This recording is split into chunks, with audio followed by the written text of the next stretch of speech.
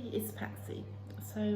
Yesterday I was watching Simon's live and he was discussing tarot funk and how many of us in the community will have periods of time where we get this tarot funk where we just haven't got the inclination to use our tarot cards, where we go through stages of not wanting to do much tarot and for whatever reasons. And he went through a lot of the reasons that often cause this tarot funk with people in his live yesterday, and I found it a really interesting conversation.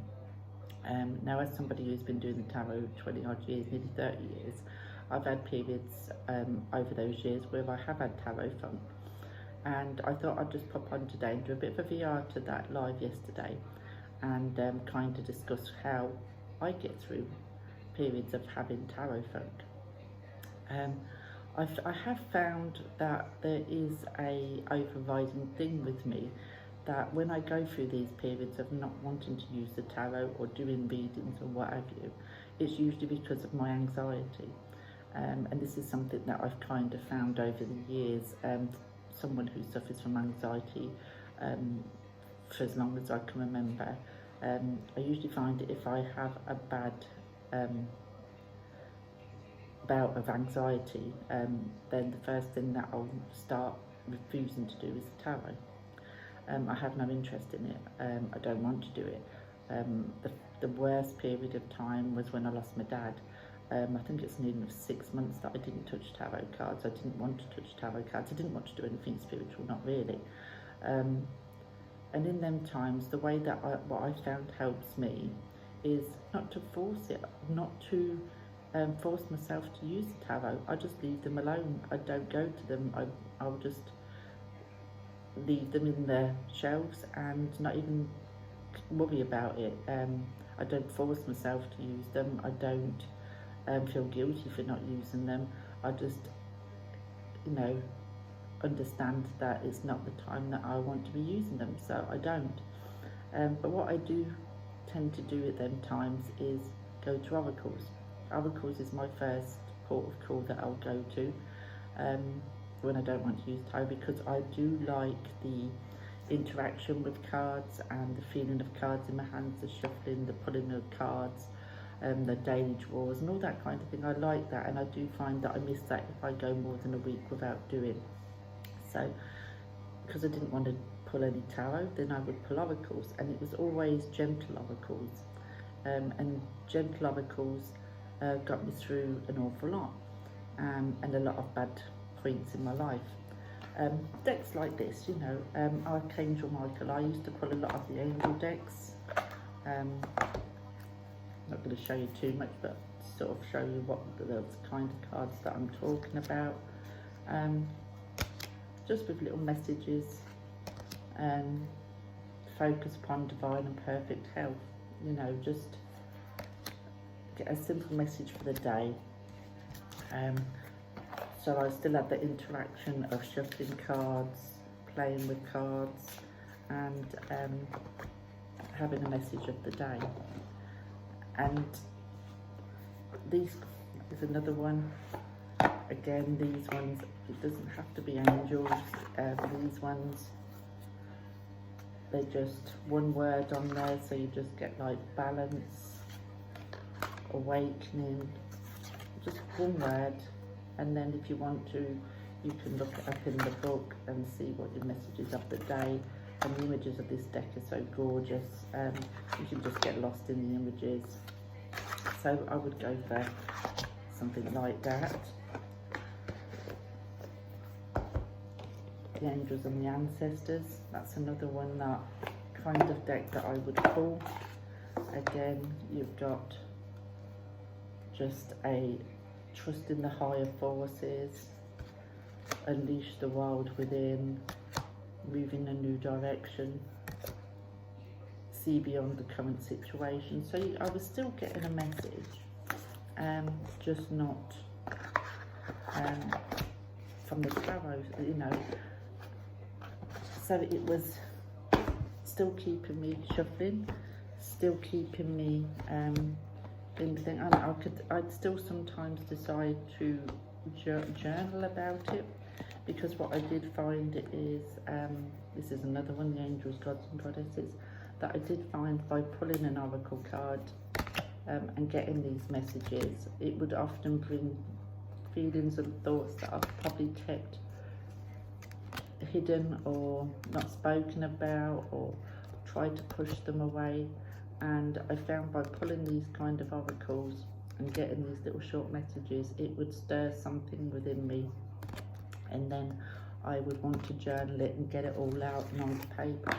So they was excellent for doing that. So I was still keeping my hands into, like I said, shuffling, drawing a card, getting a message for the day, and then journal if I felt the need, journal on that message that the oracle card gave me, because I did find that it kind of brought up a lot of feelings, a lot of emotions that I was hidden. And when I start to feel better within these periods, I would then go on to this deck, and deck's very similar to this like the energy oracle. This one is this has been with me for a lot of years, and it holds a mixture of gentle messages, but also harder hitting messages, if you like. Some of the cards remind me very much of tarot, so this was my bridge between oracle and the tarot, and I got an awful lot out of using these cards. I mean, this one is very much the Eight of Swords and the Two of Cups, so there was a lot of similarities between some of these cards and some of the tarot cards. The Ten of Cups, to me this one is storm warning, you know, so it got the gentler messages, but it also helped me out a little bit stage, and it kind of bridged that gap between using the softer oracles and going back to tarot. And then once I was ready to pick up a tarot deck again, I didn't want to just be pulling cards of the day and that with it. I'd still use my oracles, but then I'd get this book out. Now this book is excellent, Tarot of the Healing Heart, and it's a mind, body and spirit.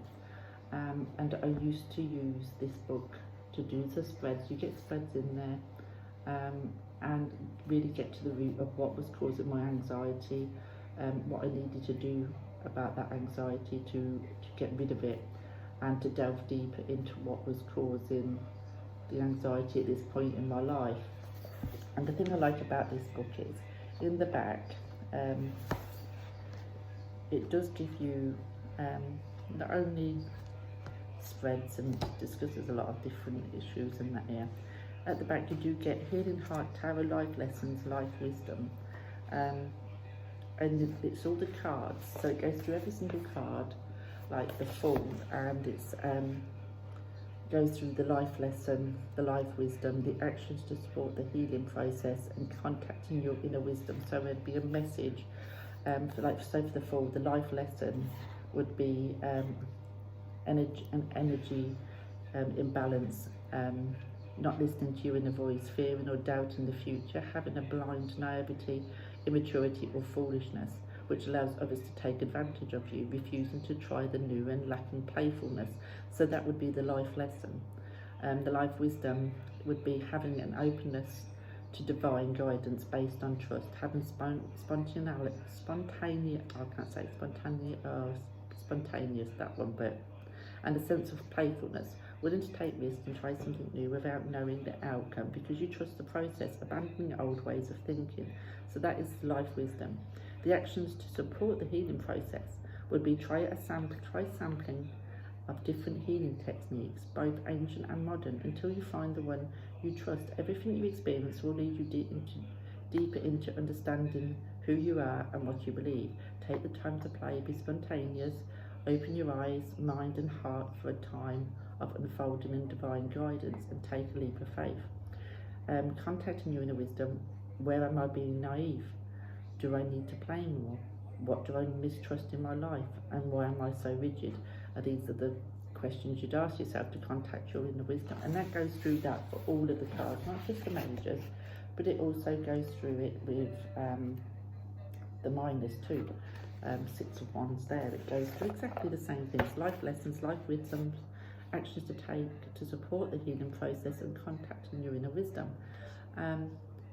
So I found this book really, really helpful, using the guides in the back of the book with the cards on the spread that I was using, and then I would journal all my findings, and that would help me to get over that particular funk. And then I could go back onto my tarot cards and carry on.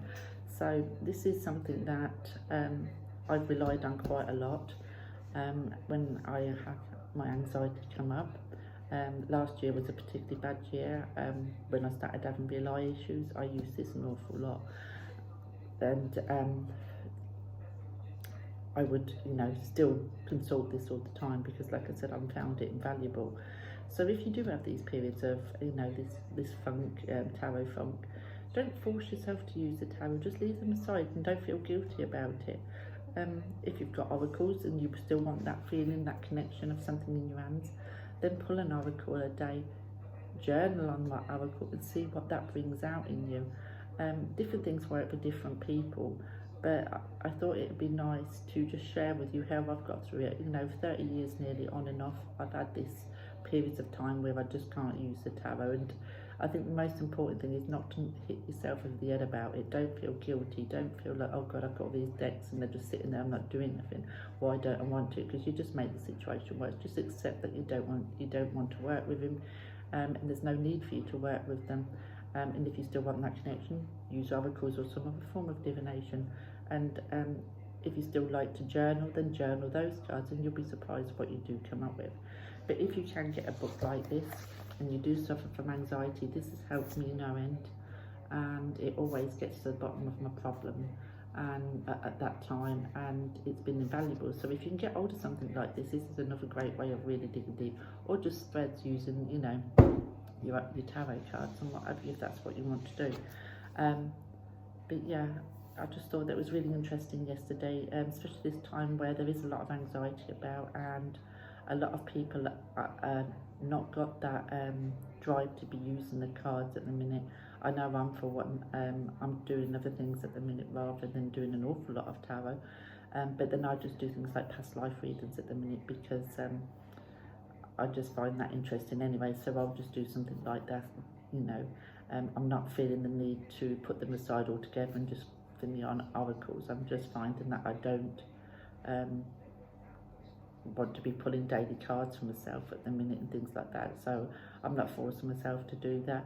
I'm just pulling an oracle for myself and then going on and using my tarot cards still, but just doing different spreads that I'm finding. I'm just googling all these different spreads, getting my spread books out and just playing with different spreads, ancestor spreads, past life spreads, and all those relationship spreads, all just trying different things out, seeing what works and what doesn't, what deck works with what, and just playing with them that way. So so I'm not really in such much as a tarot funk. It's just that I haven't got the motivation to do an awful lot of work, so it's just playing with the cards. But that's how I get through my anxiety and my tarot funk, and I just thought I'd come on and share after the live yesterday. And it'd be interesting how you get over your tarot funk, and whether you just put the cards aside or whether you try to force yourself to carry on using them, and what works for you, because different things will work for different people. But that's my experience, so I thought I'd come on and share. So I will see you all later, and thank you very much for watching, and bye for now. Take care.